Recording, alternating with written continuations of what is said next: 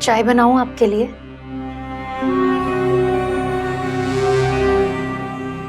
नहीं।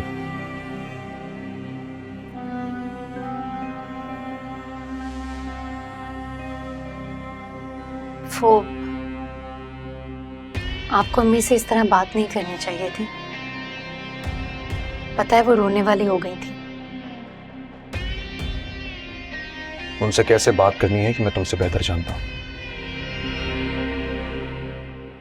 तुम्हें आए हुए दिन ही कितने हुए? Don't interfere in my family matters.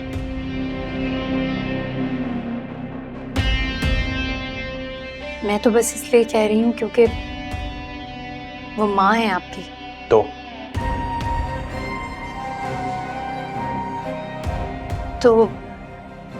मैं अगर अपनी तो मैं अगर अपने पास ही रखूं। किससे कितनी बात करनी है मुझे पता है। Don't try to teach me. Got it?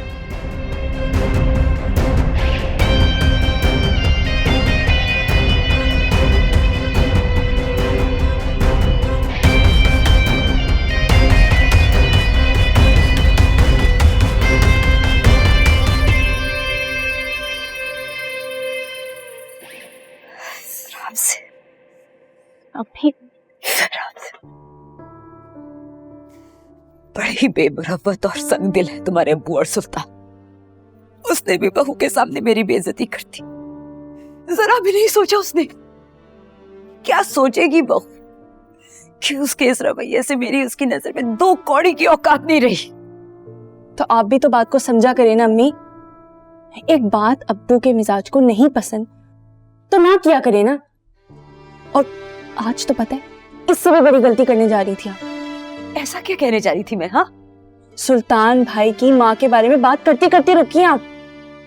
और सोचें अगर असरा को ये बात पता चल गई कि आप सुल्तान भाई की सौतेली माँ है तो क्या होगा? कहने जा रही थी ना, मगर कहा तो नहीं ना। और आखिर कब तक हम असरा से ये हकीकत छुपाएंगे बताओ? एक ना एक दिन तो उस पे ये हकीकत खुली जाएगी ना कि सुल्तान की माँ भाग गई थी अपने सुल्तान को छोड़कर।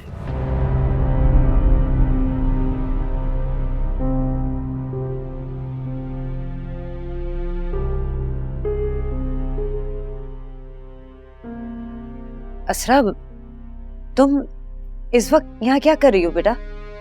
वो आंटी पानी लेने के लिए आई थी। अच्छा जाओ फिर ले लो। जी।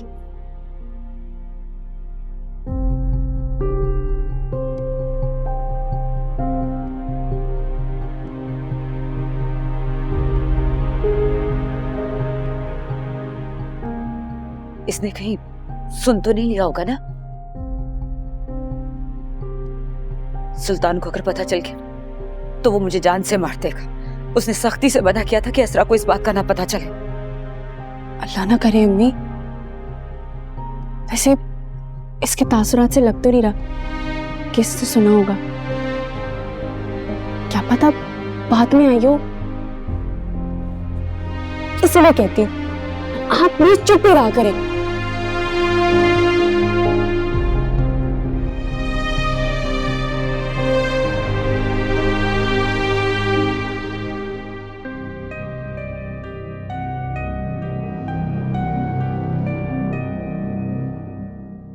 अच्छा मूड तो ठीक कर लें, घरों में ऐसी बातें होती रहती हैं। मुझे समझाने की जरूरत नहीं है। मुझे पता है मुझे क्या करना है और क्या नहीं। किसी और का गुस्सा मुझ पर क्यों निकाल रहे हैं? जब तुम जानती हो कि मैं गुस्से में हूं तो चली जाओ ना कमरे से बाहर। इस कमरे से बाहर चली जाऊं फिर कहाँ जाऊं मैं? मुझे नहीं पता, जहां जाना जाओ। देखिए मैं सिर्फ इतना कह रही हूँ कि कुछ घर होते हैं जहाँ कभी कभार लड़ाइयाँ हो जाती हैं। उसका मतलब ये तो नहीं कि हम अपना रवैया ही बदल दें। तो ऐसे कह रही हो जैसे आज तक कभी तुम्हारे घर में तो लड़ाई नहीं हुई। जी नहीं हुई हमारे घर में ऐसे कभी लड़ाई। आप जानते हैं, अगर कभी गलती से बड़े भैया अपनी आवाज ऊंची कर लेते थे ना, तो अम्मा उन्हें फौरन डांट कर चुप करवा देती थी। मैंने कभी भी इस तरह से झगड़े होते हुए नहीं देखे। अच्छा यार, हम लोग बदतमीज हैं, ठीक है, जाहिल लोग हैं हम, हमारी फैमिली ऐसे ही है, हमें नहीं पता अपनी बीवी के साथ कैसे बिहेव करना है, ठीक है। एक छोटा सा मौका तुम्हारे हाथ में क्या गया, तुमने तो तंज के 3 बरसा दिए मुझ पे। मैं सिर्फ आपको तसल्ली दे रही। नहीं चाहिए मुझे तुम्हारी तसल्लियां, अपनी तसल्ली, अपना तंज और अपने ताने अपने पास रखो। अब यहां पे सोना है तो सो, वरना बाहर जाओ कमरे से।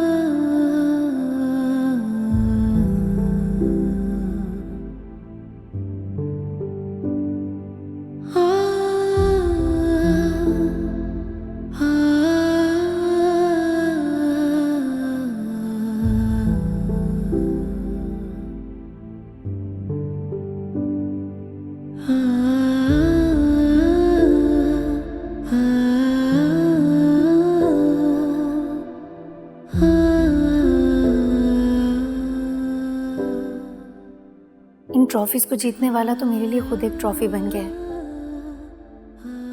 जिसे जीतना नामुमकिन सा लग रहा है।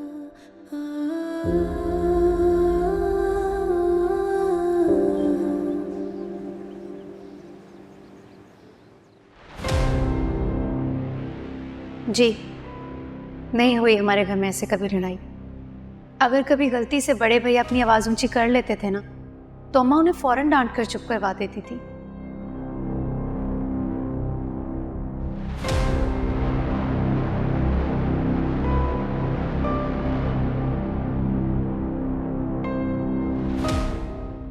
आपकी कॉफी।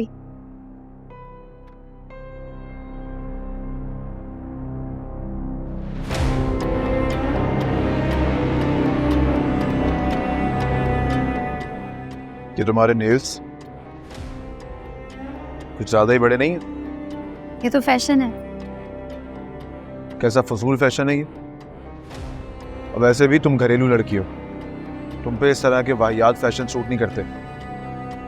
अच्छा, लेकिन सब लोग तो मेरे हाथों की बहुत तारीफ करते हैं। यार हद होती है, तुम क्यों इतने कॉम्प्लेक्स का शिकार हो? तुमसे नेल्स के बारे में पूछ रहा हूं, तुम हाथों का जिक्र कर रही हो। खैर, गलती मेरी है। मैं भूल गया था कि तुम उन लड़कियों की तरह नहीं हो जो अपनी शौहर की पसंद के मुताबिक अपने आप को ढाल लेती हैं। ठीक है, बहुत अच्छे लग रहे हैं तुम्हारे हाथ और तुम्हारे नेल्स। गुड। ऐसा क्यों कह रहे हैं? आपको अच्छे नहीं लग रहे तो मैं नेल्स काट। अरे नहीं नहीं, इसकी कोई जरूरत नहीं है। अभी जज्बात में आके तुम नेल्स तो काट लोगी, लेकिन बाद में फिर मुझे ही ताने मारोगी कि आपके घर में ऐसा होता है। हमारे घर में तो ऐसा बिल्कुल नहीं होता। बड़ा आजादाना माहौल है, हर इंसान अपनी जिंदगी अपने मुताबिक जीता है, वगैरह वगैरह।